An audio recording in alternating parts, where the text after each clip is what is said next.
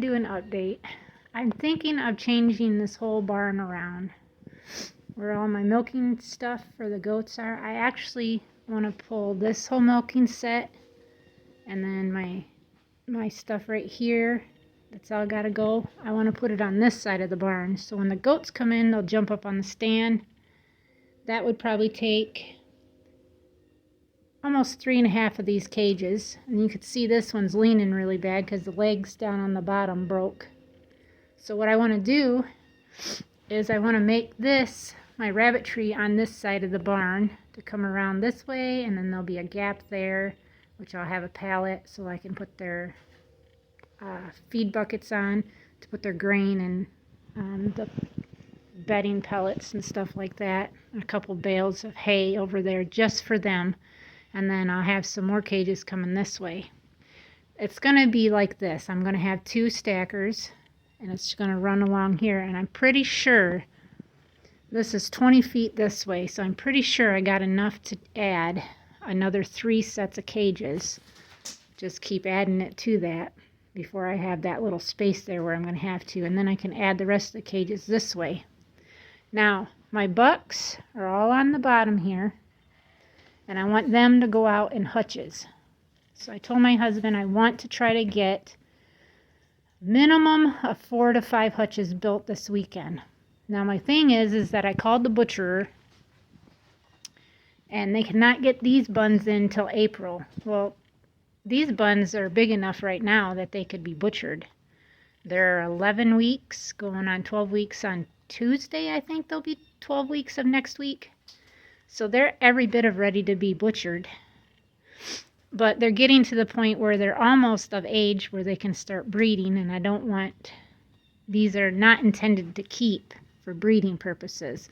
Now, when it comes to breeding purposes, I want to keep purebreds. Now these are a cross of that mama over there, California, and a New Zealand doe, which is the same as her. Now this mama, I'm planning to keep her because she's a good mama, and these are her babies right here that's crossed with the New Zealand. Now just because she's a good mama doesn't mean that I can't keep possibly a 75%, like say New Zealand out of her, and that's what these ones are. They're 75% New Zealand, a quarter California. Now when I look at these kits, they're out of Miss Ruby right here. She is this one's daughter, Big Mama here, which I'm having problems with her gaining weight, so she might even go to the butcher too. But she was crossed. Her daddy is the same as those guys' daddies. So, I mean, with that being said, this mama, she was crossed with New Zealand, a same sire, which is Darius down there. He's in New Zealand. And her kits are half and half, which would be technically what she is, a half and half. But as you can see here, these kits, they're exactly the same weeks along, so they're 5 weeks old. And these ones are quite a bit bigger, thicker looking than these ones down here. They're the same age, the same number of kits, 10, both of them raise 10 kits per litter. This is fantastic. I really like the fact that both these ladies can do that. Now, they're both bred back to Mr. Thumper down there, and with Judy's mother, Judith, up here, she's due first to Mr. Thumper. So with these two, I'm definitely going to keep does out of them to extend my California, because these will be purebred Californias, because he's a purebred California. Now he's also bred to her, which would make these 75% California. So this is my question. Do I keep anything out of her because she's a great mother? That's the question to all my rabbit breeders out there. Do I keep a kit from her, whether it be a 75% New Zealand or a 75% California? That's my question. She is a great mother. I have no problems with her growling at me or trying to attack me. She's very sweet. I need to clean her pen out This pen has got holes in the bottom of it. The bottom fell out right here. Miss Big Mama here, she ate her plastic. I put zip ties on these because I ran out of hooks because I needed them for hanging these up on everybody's feeders. But yeah, she chewed it, so I got to put that back up there. But this right here, as we can see, the bottom of this cage fell out.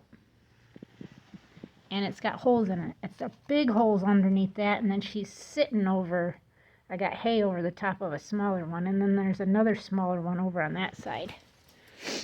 And these are, you know, TSC cages. These two right here, those four right there, and those three right there are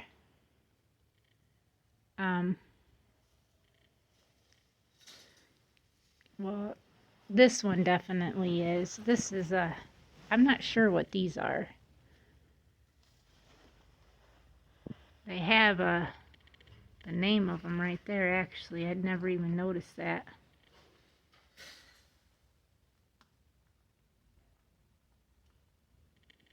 But yeah, these two cages are different. But that is definitely a TSC cage because of the lock on it, I can tell.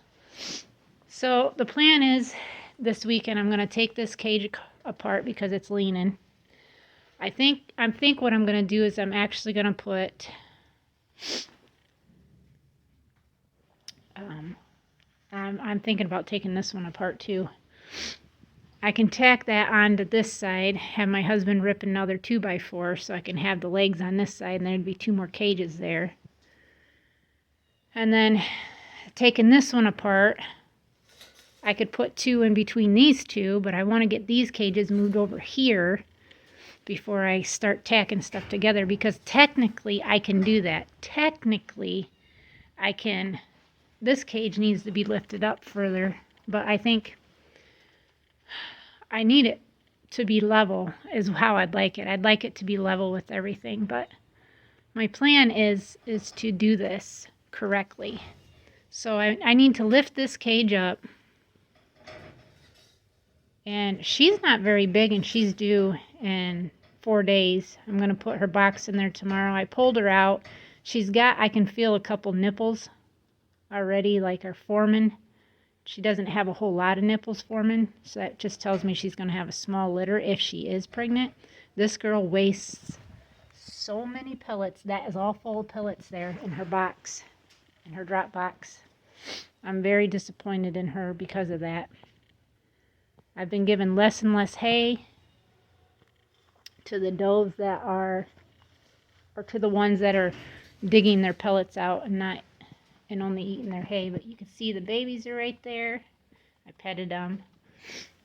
She didn't have any babies out today, but I think these babies will be 3 weeks. Hers will be 3 weeks Saturday, and then hers will be 3 weeks on Monday. Right, Haley? Look at you. You're so pretty. But that's my plan. This is going to be a little... I'm really going to just redo this barn. Make it so it's a little better for me to maneuver around and just be able to have better space of the barn, I'm thinking. I'm going to tell my husband about it tonight because I told him that that's what I wanted to do. So I'm going to show him, and then hopefully I can get to this and get it done. But stay tuned. So I'm actually getting my cast iron pan here ready to fry our flat iron steaks in this pan. So I like to baste the pan itself, like what I'm doing right here, as you see. I like basting it, and this is real butter, cow's butter anyways. It's not been, had all the extra chemicals and everything put in it. This is just strictly real butter. So I'm basting it, and then while I'm waiting for that, I've got my just past the 4, but it shouldn't be on the half because I want it right on the 4. So it's on the 4 now. And I've got my salt here. So what I'm going to do is get my salt, which is about that much. I don't know what that ends up being, but I'm going to salt these 4 iron steaks. And then I want to take some of our lemon pepper and I want to season this side of this portion. Now this has got the pepper in it, and then it's got lemon, and that's about all I'm going to do for that side. Then I'm going to flip them over, and I've got my little seasoning here, and I'm going to pat these.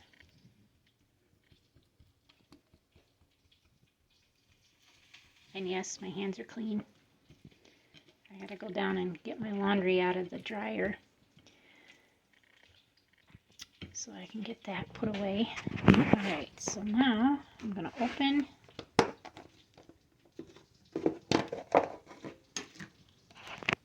this and I'm going to season this now. Just going to kind of lightly go over. And this is just a mixture of like garlic powder, some paprika, turmeric. It's got just some other stuff in it that I think usually is a good. And then we will pat this to make sure I got this all in there. And we're starting to sizzle, so this is about ready to go in.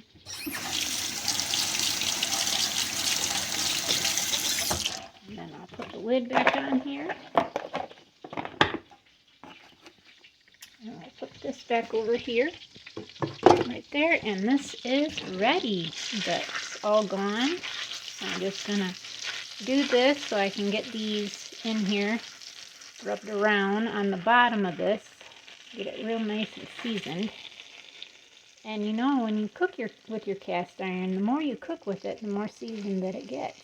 That's always wonderful. Okay, so now I'm going to grab these steaks. I'm going to bring these over here, and I'm going to put these inside here.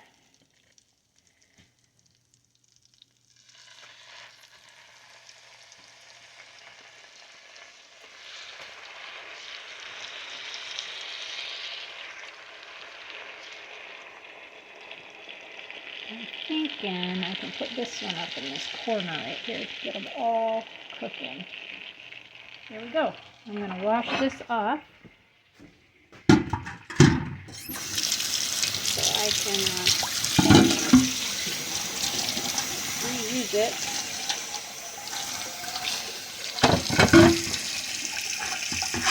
Ah, that water's hot. Our water's hot. Okay. So now we'll just wait for these to get a little brown on that side, about 2 minutes or so. And we're going to flip these. I forgot to put salt on this other side. Okay. So then we will flip them. And I was going to use, I have to grab a fork. I was going to use my prongs, but I don't know where they are. Oh, they might be over in my dishes that I need to put away over there, but yeah, we're going to see about this.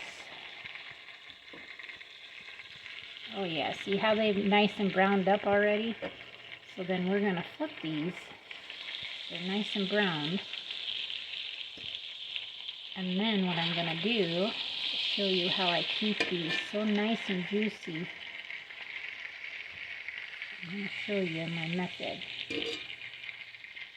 So I just waited till those were browned like that. Then that baser that we had, remember? We had this. We're going to take this and we're going to start just keep basting these on this top side. Just keep that really good butter and oil in here. It's not oil, but butter. Just keep them nice and going on there.